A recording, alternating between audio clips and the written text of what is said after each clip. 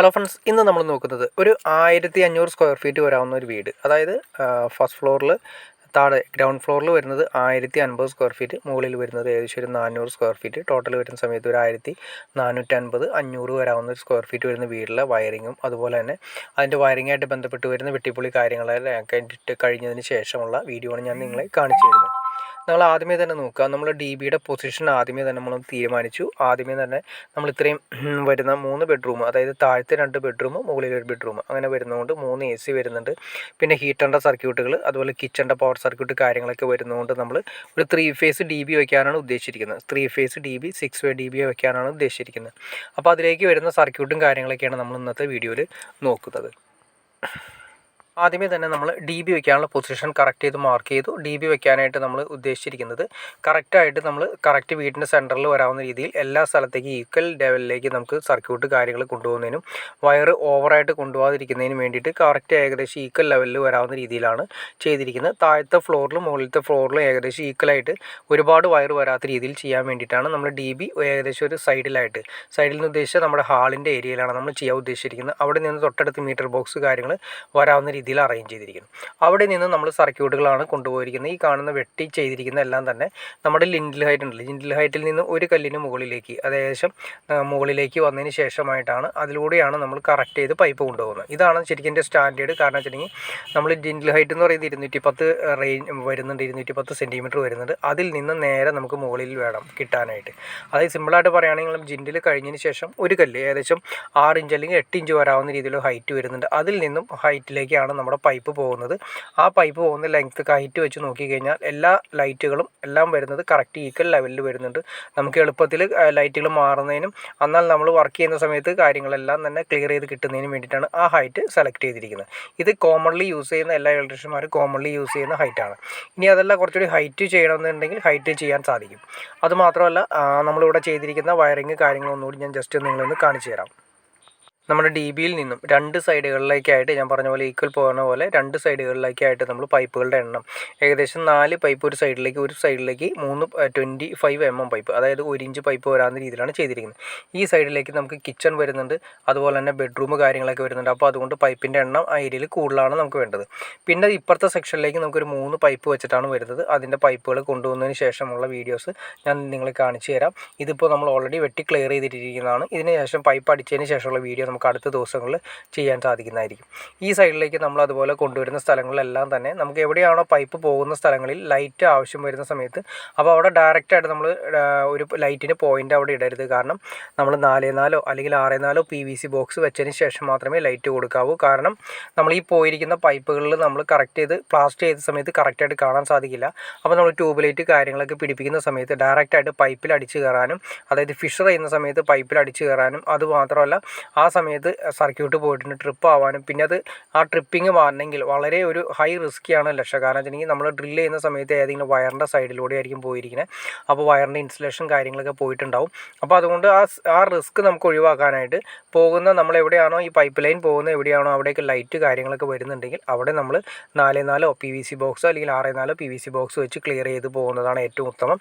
അപ്പോൾ നമുക്ക് ഏകദേശം ഒരു ഐഡിയ കിട്ടും. കാരണം 4x4 ഇരിക്കുന്ന സ്ഥലത്ത് പൈപ്പ് വരാനുള്ളതെന്ന് നമുക്ക് കറക്റ്റ് ചെയ്ത് മനസ്സിലാക്കാൻ സാധിക്കും. അപ്പോൾ അതിന് മുകളിലേക്കോ വെച്ച് നമുക്ക് ലൈറ്റ് ട്യൂബ് ലൈറ്റോ കാര്യങ്ങളൊക്കെ കൊടുക്കുന്നതിന് വളരെ സിമ്പിളായിട്ട് സാധിക്കും. അത് മാത്രമല്ല ഇനി ഫാൻസ് ലൈറ്റ് നമ്മൾ കൊടുക്കുകയാണെങ്കിൽ തന്നെ ആ 4x4 PVC ബോക്സുമ്പോൾ തന്നെ കൊടുത്തു കഴിഞ്ഞാലും പ്രശ്നങ്ങളൊന്നും തന്നെ ഇല്ല. ട്രിപ്പിങ് കാര്യങ്ങളൊക്കെ വളരെ സേഫ്റ്റി ആയിട്ട് നമുക്ക് ചെയ്യാൻ സാധിക്കും.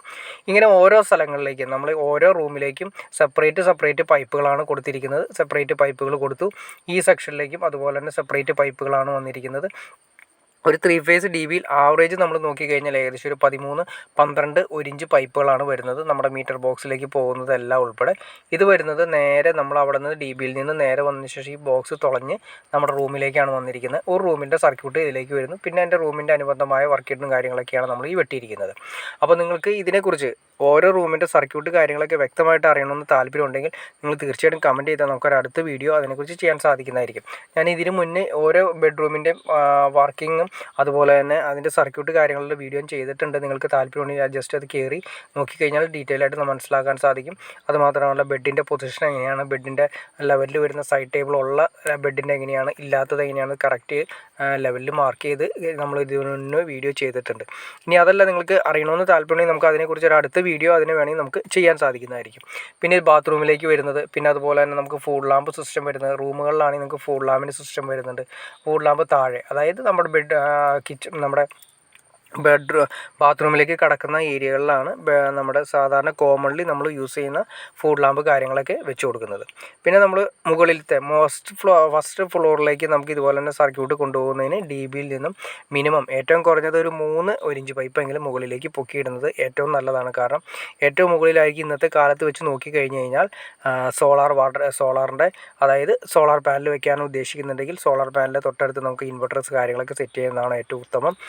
അതുപോലെ തന്നെ മറ്റൊരു റൂം ഉണ്ടെങ്കിൽ ആ റൂമിലേക്കുള്ള സർക്യൂട്ട് പോകാനും, അതുമാത്രമല്ല വാഷിംഗ് മെഷീൻ കാര്യങ്ങളൊക്കെ മുകളിലാണ് ചെയ്യുന്നതെങ്കിൽ ഡ്രസ്സ് വർക്ക് ചെയ്യുന്ന സമയത്ത് നമുക്ക് വസ്ത്രങ്ങളൊക്കെ ഉണക്കുന്നതിന് ഏറ്റവും നല്ല ഏരിയ മുകൾ വശം തന്നെയാണ്. കാരണം ഓപ്പൺ ആയിട്ട് കിടക്കും, നമുക്ക് അവിടെ തന്നെ വാഷിംഗ് മെഷീൻ സെറ്റ് ചെയ്യാൻ. അപ്പോൾ അതിന് വേണ്ടിയിട്ട് സർക്യൂട്ട് കാര്യങ്ങളൊക്കെ കൊണ്ടുപോകുന്നതിന് ഒരു മിനിമം ഒരു 3 പൈപ്പ് നമുക്ക് ഫസ്റ്റ് ഫ്ലോറിലേക്ക് കൊണ്ടുപോകുന്നതാണ് ഏറ്റവും ഉത്തമം. മാത്രമല്ല നമ്മൾ മുകളിൽ ചെയ്തിരിക്കുന്ന എന്തെങ്കിലും എക്സ്ട്രാ വർക്ക് കാര്യങ്ങളൊക്കെ എടുക്കുന്നുണ്ടെങ്കിൽ ആ സമയത്ത് നമുക്ക് സെപ്പറേറ്റ് പൈപ്പ് കാര്യങ്ങളൊക്കെ ആവശ്യമായിട്ട് വരും. അപ്പോൾ ഈ 3 പൈപ്പിലൂടെ നമുക്ക് ആവശ്യമുള്ള രീതിയിൽ തന്നെ സർക്യൂട്ട് കാര്യങ്ങളെല്ലാം വലിച്ച് നമുക്ക് ക്ലിയർ ചെയ്തെടുക്കാൻ സാധിക്കും. പിന്നെ നമുക്ക് വരുന്നതെന്ന് വെച്ചിട്ടുണ്ടെങ്കിൽ മെയിൻ സർക്യൂട്ടുകൾ മെയിനായിട്ട് വരുന്ന ഏരിയ എന്ന് വെച്ചിട്ടുണ്ടെങ്കിൽ കിച്ചണിലാണ് വരുന്നത്. കിച്ചണിൽ നമുക്ക് ഒരു മോട്ടറിൻ്റെ സർക്യൂട്ട് വരും, 2 പവർ വർക്ക് ഏരിയ വരുന്നതിന് 2 പവർ സർക്യൂട്ട് വരും, പിന്നെ വർക്ക് ഏരിയയിൽ ഒരു പവർ സർക്യൂട്ട് വരും, പിന്നെ നോർമൽ ലെവലിൽ ഒരു സർക്യൂട്ട് വരും, പിന്നെ നമുക്ക് ഒരു മോട്ടറിന് ഒരു സർക്യൂട്ട് വരും.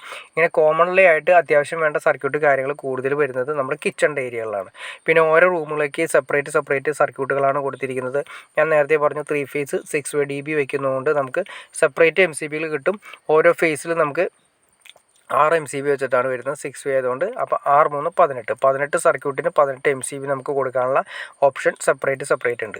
പിന്നെ നമ്മൾ ഈ കാണിച്ചിരിക്കുന്നതെന്ന് വെച്ചിട്ടുണ്ടെങ്കിൽ TVയുടെ ഓപ്ഷനാണ്. TVയിലേക്ക് വരുന്ന സപ്ലൈയും കാര്യങ്ങളൊക്കെയാണ് കൊടുത്തിരിക്കുന്നത്. TVയുടെ ഏരിയ നമ്മൾ കറക്റ്റ് ചെയ്യാൻ വേണ്ടിയിട്ട് എന്ന് വെച്ചാൽ DP സ്വിച്ച് കൊടുക്കാനാണ് ഉദ്ദേശിക്കുന്നത്. അതിന് വേണ്ടിയിട്ടാണ് സെപ്പറേറ്റ് പൈപ്പും കാര്യങ്ങളൊക്കെ വെട്ടി ക്ലിയർ ചെയ്തിട്ടിരിക്കുന്നത്. LED TV വയ്ക്കുന്നതിന് വേണ്ടിയിട്ട് LED TVയുടെ ബാക്കിൽ പ്ലഗ് സോക്കറ്റ് വരുന്ന രീതിയിലാണ് അറേഞ്ച് ചെയ്തിരിക്കുന്നത്. അപ്പോൾ നിങ്ങൾക്ക് ഏകദേശം സർക്യൂട്ടിനെ കുറിച്ചിട്ടും എങ്ങനെയാണ് ഏകദേശം വരുന്നതിനൊക്കെ ഏകദേശം ഒരു ഐഡിയ കിട്ടിക്കാണെന്ന് ഞാൻ വിചാരിക്കുന്നു. ഇതിനെക്കുറിച്ച് ഡീറ്റെയിൽ ആയിട്ട് ചെയ്യണമെങ്കിൽ ഒരുപാട് സമയം ഉള്ള ഒരു വീഡിയോ ആയിരിക്കും വരുന്നത്. അതായത് നമുക്ക് ഈ പറഞ്ഞ രീതിയിൽ 7 മിനിറ്റിന് 8 മിനിറ്റിനൊന്നും അറേഞ്ച് ചെയ്യാൻ സാധിക്കില്ല. ഒരു അത്യാവശ്യം ഒരു വീടിൻ്റെ ഒരു 1000 സ്ക്വയർ ഫീറ്റ് ഒരു 1500 സ്ക്വയർ ഫീറ്റുള്ള വീഡിയോ ഫുൾ ഡീറ്റെയിൽ ആയിട്ട് നിങ്ങൾക്ക് അറിയണമെന്ന് താല്പര്യമുണ്ടെങ്കിൽ നമുക്കൊരു ലോങ് വീഡിയോ ചെയ്യേണ്ടി വരും. അത് അറിയണമെന്ന് താല്പര്യമുണ്ടെങ്കിൽ നമുക്ക് ഇതിനെക്കുറിച്ച് ചെയ്യാൻ സാധിക്കും. വിശദമായിട്ട് ഓരോ റൂമിലേക്ക് പോകുന്ന സർക്യൂട്ട് ഏതാണ്, അത് എങ്ങനെയാണ് കൊടുക്കേണ്ടത്, എങ്ങനെയുള്ള ബോക്സുകളാണ് കൊടുക്കേണ്ടത്, നമ്മൾ ബെഡിൻ്റെ പൊസിഷൻ നമ്മൾ കറക്റ്റ് 6 അടി കോട്ടിനെയാണോ ചെയ്യുന്നത്, 6 അടി കോട്ടല്ല നോർമൽ ലെവലിലാണ് ചെയ്യുന്നത്, അതിനെയൊക്കെ ആശ്രയിച്ചിട്ടാണ് നമ്മുടെ വയറിങ് കാര്യങ്ങൾ നമ്മുടെ വീഡിയോൻ്റെ ലെങ്ത്ത് വരും. അപ്പോൾ അതിനെക്കുറിച്ച് അറിയണമെന്ന് താല്പര്യം നിങ്ങൾ തീർച്ചയായിട്ടും കമൻറ്റ് ചെയ്തിട്ടുണ്ടെങ്കിൽ നമുക്ക് ഓരോ റൂമിന് എങ്ങനെ സർക്യൂട്ട് കാര്യങ്ങൾ വരുന്നു, അതിൻ്റെ പൊസിഷൻ എങ്ങനെയാണ്, അതിൻ്റെ സ്വിച്ച് ബോർഡുകളുടെ പൊസിഷൻ എങ്ങനെയാണ് കൊടുക്കേണ്ടത്, അതുപോലെ തന്നെ എത്ര ഹൈറ്റിലാണ് കൊടുക്കേണ്ടത്, എവിടെയെല്ലാം കൊടുക്കണം, നമ്മുടെ കബോർഡ് വരുന്ന ഏരിയയിൽ നിന്ന് എന്തോരം മാറ്റിയിടണം, അങ്ങനെയുള്ള ഫുൾ ഡീറ്റെയിൽ കാര്യങ്ങൾ നിങ്ങൾക്ക് അറിയണമെന്ന് താല്പര്യം തീർച്ചയായിട്ടും കമൻറ്റ് ചെയ്ത് കഴിഞ്ഞാൽ നമുക്ക് അതിനെക്കുറിച്ച് ചെയ്യാൻ സാധിക്കുന്നതായിരിക്കും. ഓക്കെ ഫ്രണ്ട്സ്, അപ്പോൾ നിങ്ങൾക്ക് ഈ വീഡിയോ ഉപകാരപ്പെട്ടു എന്ന് ഞാൻ വിചാരിക്കുന്നു. അപ്പോൾ അതുകൊണ്ട് എന്തെങ്കിലും ഡൗട്ട്സോ കാര്യങ്ങളോ ഉണ്ടെങ്കിൽ തീർച്ചയായിട്ടും കമൻറ്റ് ചെയ്യാൻ മടിക്കരുത്. ഒരു കാര്യം പറയാൻ പറഞ്ഞു, നിങ്ങൾക്ക് ഈ വീഡിയോ ഇഷ്ടപ്പെടുന്നുണ്ടെങ്കിൽ ലൈക്ക് ചെയ്യാൻ മടിക്കരുത്. കാരണം ലൈക്ക് എനിക്ക് തോന്നുന്നു ആരും ചെയ്യുന്നില്ല. നിങ്ങൾക്ക് ഇഷ്ടപ്പെടുകയാണെങ്കിൽ തീർച്ചയായിട്ടും ലൈക്ക് ചെയ്യുക, ഇനി ഇഷ്ടപ്പെടുന്നില്ലെങ്കിൽ തീർച്ചയായിട്ടും ഡിസ്ലൈക്ക് ചെയ്യുക. അപ്പോൾ എന്തെങ്കിലും ഡൗട്ട്സ് ഉണ്ടെങ്കിൽ തീർച്ചയായിട്ടും കമൻറ്റ് ചെയ്യാൻ മടിക്കരുത്. അതുപോലെ ഷെയർ ചെയ്യാൻ മടിക്കരുത്. ഉപകാരപ്പെടുന്ന ആളിലേക്ക് മാക്സിമം ഒന്ന് ഷെയർ ചെയ്യുക. ഞാൻ ഈ വീഡിയോയ്ക്ക് മാക്സിമം പ്രതീക്ഷിക്കുന്നത് ഒരു 1000 ലൈക്കെങ്കിലും ഞാൻ പ്രതീക്ഷിക്കുന്നുണ്ട്. അപ്പോൾ അതുകൊണ്ട് കാണുന്നവരെല്ലാവരും തന്നെ ലൈക്ക് ചെയ്യണമെന്ന് ഞാൻ ചെറിയൊരു അഭ്യർത്ഥനയാണ്. ഓക്കെ ഫ്രണ്ട്സ്, അടുത്ത വീഡിയോയിൽ കാണുന്നവരെ ഓക്കെ.